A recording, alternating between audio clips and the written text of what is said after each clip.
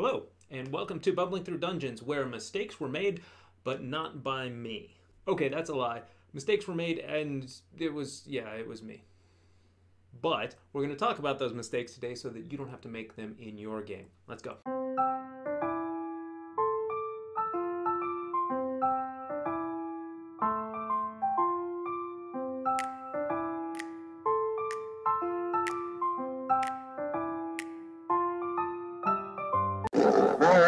So a big theme of this entire channel is about bumbling through the game, but learning and coming out on the other side better off for it. And to that end, I think one of the most important things that I've done in my experience with the game is to assess my performance as a player, as a DM, whatever, after the session is over, to really analyze what I did well, what I didn't do so well, and what I might do differently if given the chance. There really are only a certain number of permutations, I think, to the types of stories and the types of situations that you're going to see a lot in Dungeons and Dragons. So the exceptions to those will be just that, exceptions. So that once you get used to how you want to handle a certain situation that you may have messed up the first time or two that you encountered it, if you learn from those, you're going to be able to, in a hurry, take care of a lot of situations in the game that come up where you'll understand how you want to handle it to facilitate the flow of the game or the fun of the game in the future. So we're going to talk about 5 today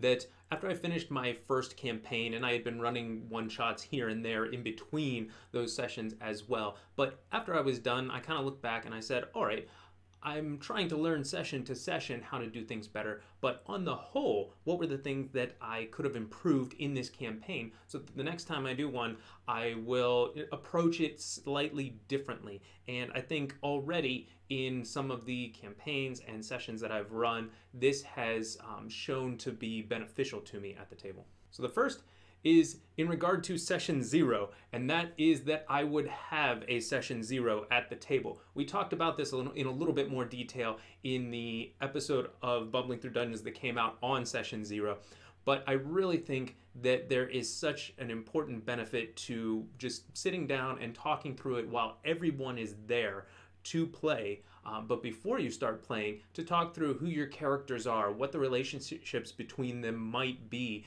and also how they relate to the campaign setting and the story as it's going to be presented. So it's a dialogue not just between the players, but between players and DM. I think a lot of campaigns can be run without this, especially if you've been playing for a really long time and you sort of understand the dynamic that you have at the table. But I don't think it ever hurts to have one, and I think that occasionally you can miss out on some important story beats or maybe deeper backstories for your players, which then help you as a DM if you have this and you make a deliberate choice to sit down before you start playing to hash a lot of it out. Mistake number the second, as it comes to campaigns, I would do much less preparation in anticipation of the first session. So this is something that plagues a lot of new DMs who are terrified of the different things that could happen in their game that they might not be able to anticipate or plan for. And so they over-prepare their world. And in my case, approximately 2/3, maybe more, 2/3 might be a little generous, but at least that much of what I prepared for the setting never saw the table at all. Never saw anything, any use in a session.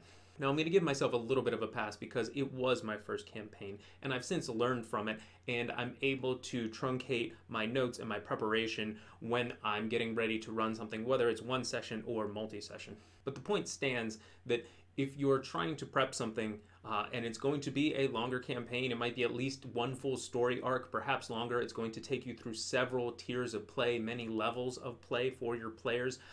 If it doesn't relate, if what you're preparing doesn't relate directly to a plot hook or NPC that you're going to be throwing at them during the campaign, or if it doesn't relate directly to one of their backstories that you're trying to incorporate into the game at some point, chances are you don't need it. So to give you some examples, the first campaign, as I believe I've mentioned in some of my other videos, started in the city of Waterdeep, which is a wonderful city, the City of Splendors they call it, and there are a million different things that you could prepare in Waterdeep, and I feel like I probably prepared most of those million or so things that exist within the city. So I had information on like different guilds in the city and different organizations and temples and the noble families and some of the storylines behind them, all in case my players decided to go searching for a random noble family or wanted to join a particular guild. So I had pages and pages of material on the denizens of Waterdeep that never saw the campaign,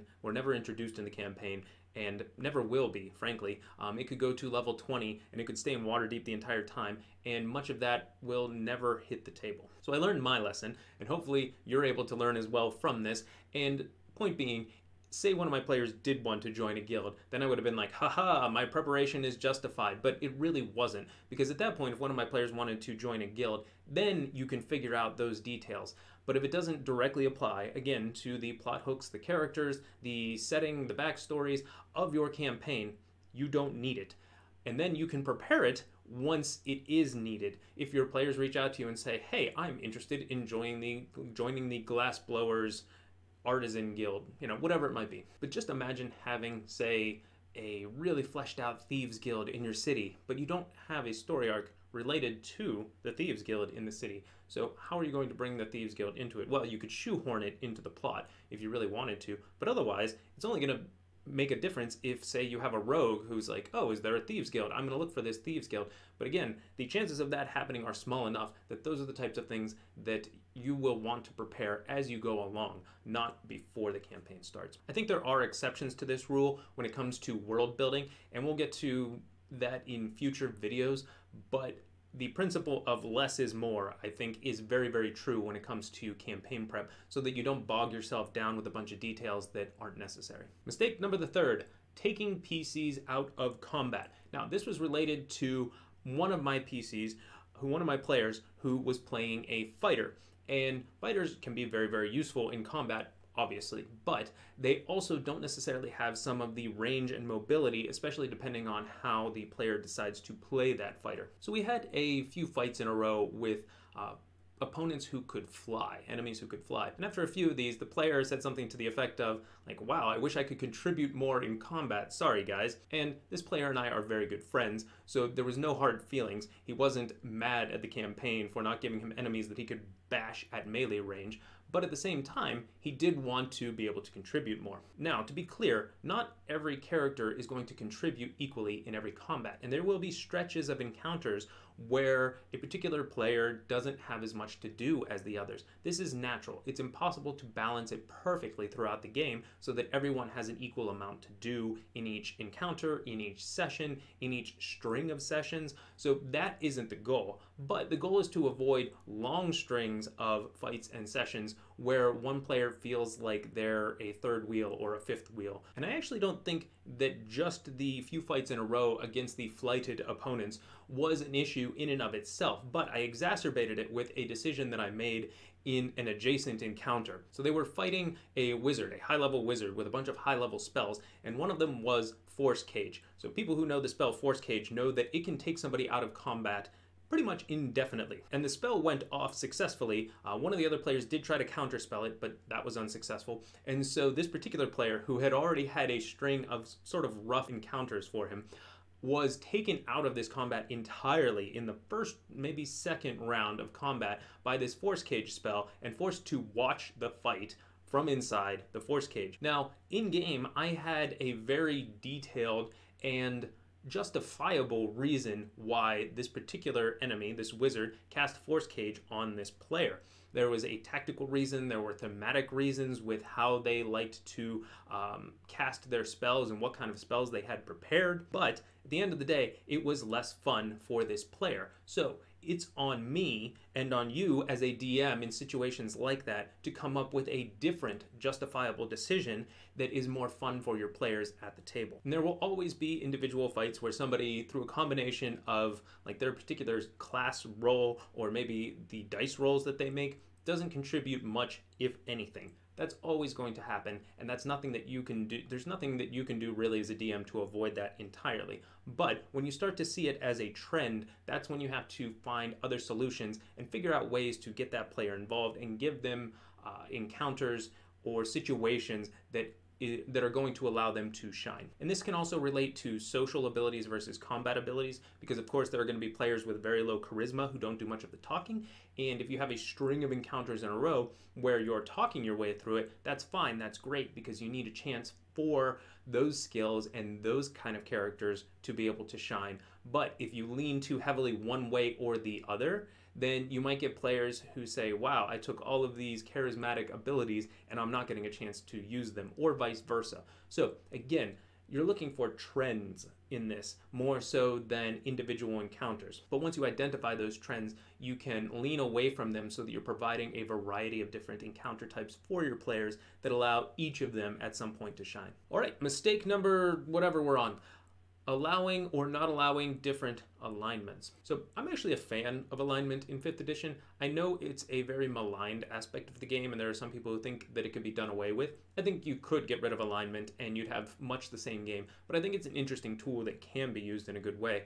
But it's worth thinking about your campaign and what type of campaign it is and what types of alignments are going to work in your campaign. So one of the characters in this campaign died, and the player was looking to replace them with a different one. So this is pretty natural, and they took the 1 level penalty, which is somewhat standard. It depends on what you're doing in your game.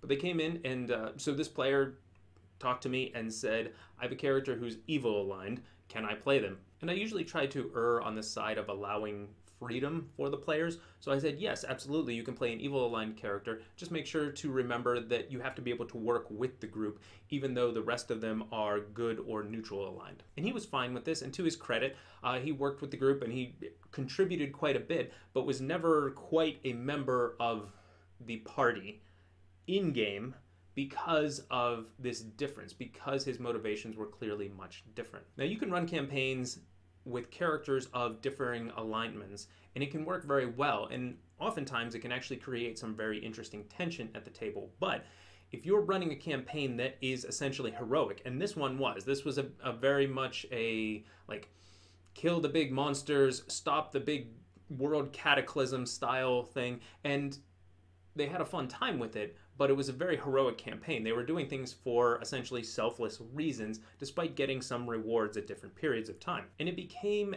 a struggle for me to come up with believable motivations for this evil aligned character that allowed him to continue on the same path as the rest of the party. And on the whole, the campaign went really well, but this was one particular point that I think I might handle differently in the future. If you're running a heroic campaign that's about saving the world and doing the good deeds for essentially selfless reasons, then it is well within your rights as a DM to say, hey, you can play a neutral aligned character, but I'm banning evil alignments. And I've run plenty of one-shots and have plenty of ideas for campaigns in the future that are more morally nebulous, that would be fine to have good, neutral, or evil aligned characters, and I think it would make a lot more sense. But in this particular campaign, it was a little bit of a struggle for me to justify that character's presence at all times in a way that was satisfying to the players. And number the last, character arcs or lack of them. Now, again, I'm going to give myself a little bit of a pass because this was a narrative plot. So it was a narrative campaign. It wasn't so much about the characters' backstories as it was about the events happening in the world and how the characters fit into it. And the players understood this and had no problem with it. But at the same time, it was a homebrew campaign, and I was trying to include elements of the characters' backstories into the campaign. And with some characters, I succeeded more than with others. So I was very proud of myself at those times when I was able to pull in elements of characters' backstories in ways that became interesting NPCs or plot points. But because I was successful at doing this with a couple of the players, I feel like it highlighted the fact that I struggled to do the same with the rest of the players at the table. So it felt a little bit lopsided to me. And part of this was because they were a part of events within the game world that were ongoing and weren't going to stop while they went and did, say, a side arc for characters. But I do think that I should have, or could have at least, found some stopping points in the main plot where I then could have introduced side quests or side arcs specific to a particular character in ways that may have deepened the story for them as well, which then would have also given me more elements to pull into the main narrative. This is a very tricky balance.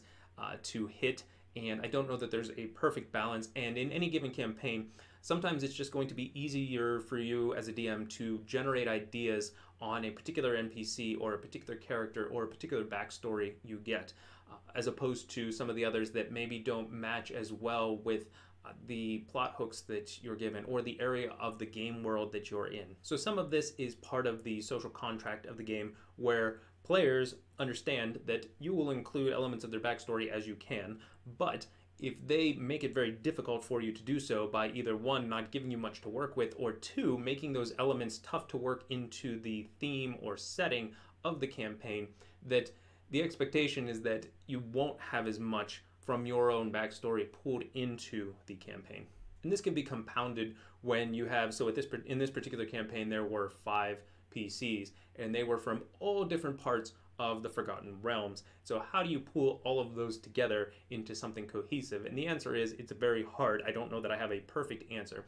And I was able to include some elements, but not all, from the different characters. So that campaign ended at level 10, and say we were to pick it up again and take it to level 15, what I think I would probably do is say, okay, what characters haven't really had the spotlight here? And I would find some ways to have side arcs that aren't necessarily related to a master plot that I could include that would take anywhere from 1 to 5 sessions, and would give them some NPCs from their backstory to interact with, and some interesting things to create a story arc for themselves. That was not a mentality that I had going into the campaign, and it's one that I think I would probably adopt for most of my campaigns moving forward. So if I can find ways to work in their story organically into the plot of whatever's being told, into the narrative, wonderful, great. But if I can't, I would find some points to have side arcs that are just as interesting, maybe don't relate to the master plot, but allow them to feel like they belong in the world in the same way that the rest of the players do. And I do want to reiterate that this campaign went very well. I think there are a lot of things that I did well as a DM as well, but I think that we learn the most by focusing on those areas where we can improve, where we made those mistakes. So in the campaigns that I've run since, in the DMing that I've done since, these are things that I've avoided, and I think it's where I've made a lot of my largest strides at the table. And of course, there are dozens, probably hundreds of other big mistakes that I have yet to make at the table, and as I discover them, we'll probably have more of these videos so that we can talk about more things to avoid or tweak at your table in your DMing so that your experience is as smooth as possible. But until then, let me know down in the comments what your biggest mistake as a DM was or is, and how you were able to change it or overcome it. And until next time, take care.